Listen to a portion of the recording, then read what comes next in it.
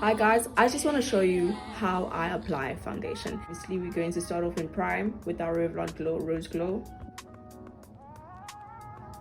And then I'm just going to take my flat brush here and I'm just going to gently remove this primer all around my face.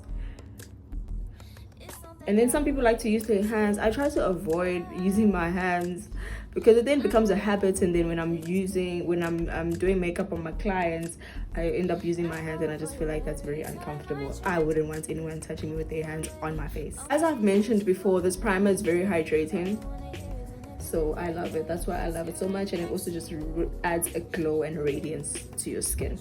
Whilst the primer is still setting in, I like to then spray myself, like give one pump or two sprays of this rose water from Nivea. It just helps again with adding like hydration. I try to just spray it from the bottom of my face and then the top, not necessarily directly on my eyeshadow, and then it just gives that nice hydration again to the skin. I like applying foundation on hydrated skin, so that's why I'm like double prepping right now. Today I'm going to use the Full Cover Color Stay Revlon foundation in the shade Caramel.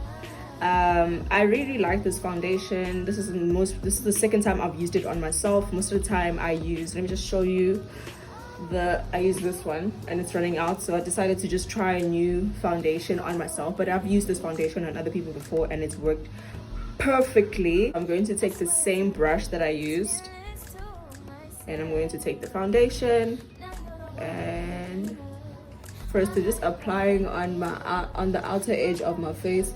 I do not like starting in the center, just on the outer edges. So I'll take my flat brush, and depending on the amount of coverage I want, just take the flat brush and then obviously in the forehead as well. And I'll take my beauty blender.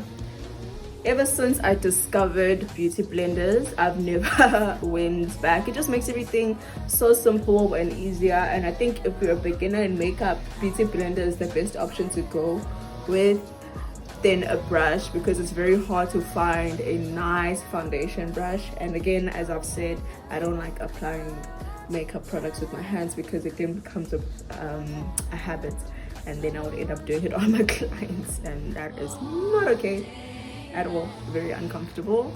So I'm just gonna tap, and when you're using a beauty blender, you just want to make sure that the beauty blender is damp, not wet but damp, so that it just blends nicely and seamlessly.